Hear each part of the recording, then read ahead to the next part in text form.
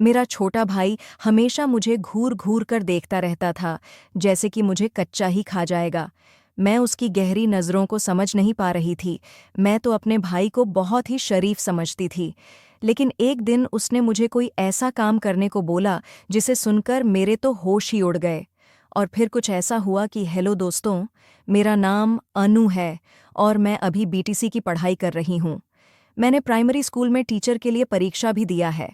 हमारे घर में कुल 4 लोग रहते हैं, मैं, मेरा भाई और मेरे मम्मी पापा। मेरी उम्र अभी 24 साल है। मैं अपने शरीर को पूरा मेंटेन करके रखती हूँ और रोज़ सुबह व्यायाम भी करती हूँ, जिससे कि मैं फिट रह सकूँ। मेरे भाई की उम्र 21 साल है। हम दोनों एक दोस्त की तरह रहते हैं, जिस वजह से हम दोनों आपस में हर बात भी शेयर करते हैं। एक दिन मैं अपने भाई से कुछ सीक्रेट बातें कर रही थी। मैंने उससे पूछा, सच तुम्हें कोई पसंद है क्या? सचिन बोला, नहीं दीदी, अभी तक ऐसी कोई नहीं मिली। अगर आप जैसे मिले तब तो प्रयास करूंगा। इतने में वहां पर मम्मी आ गई और सचिन को किसी काम से बाहर लेकर चली गई। मेरे भाई के मुंह से आप जैसी बात सुनकर मेरे तो होश उड़ गए थे। मैं बस उसके ही बारे में सोच रही थी। यही सब सोचते सोचते कब मेरी आंख लग गई, मुझे पता ही नहीं चला। फिर जब मैं उठ तो मैंने देखा घर में कोई भी नहीं था। शायद मम्मी और सचिन अभी तक नहीं आए थे। फिर मैं बाथरूम में जाकर नहाने लगी।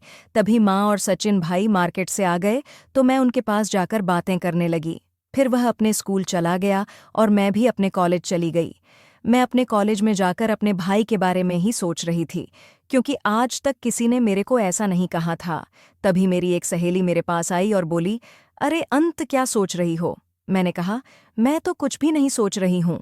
फिर मैंने उससे पूछा, नेहा यार, कोई उपाय बताओ कि कैसे पैसा कमाया जाए, क्योंकि अब तो हमारा कॉलेज भी खत्म होने वाला है। नेहा मुझे गुस्से से देखी और बोली, अरे चल यार, हम लड़कियों के लिए पैसा कमाना आम बात है।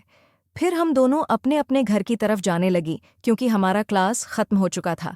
मेरी सहेली अपने घर की तरफ जाने लगी, मैं भी अपने घर की तरफ जा रही थी।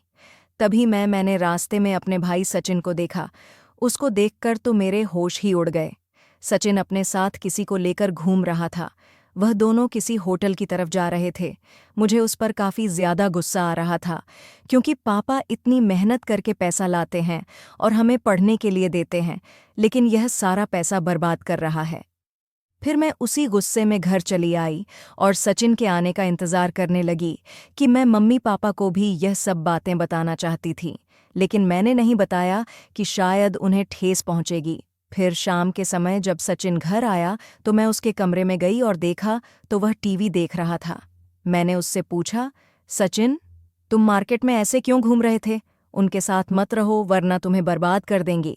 उसने कहा, नहीं दीदी, मैं तो घूमूं, उनके साथ घूमने में काफ़ी मज़ा आता है और मेरे लिए यही सही है।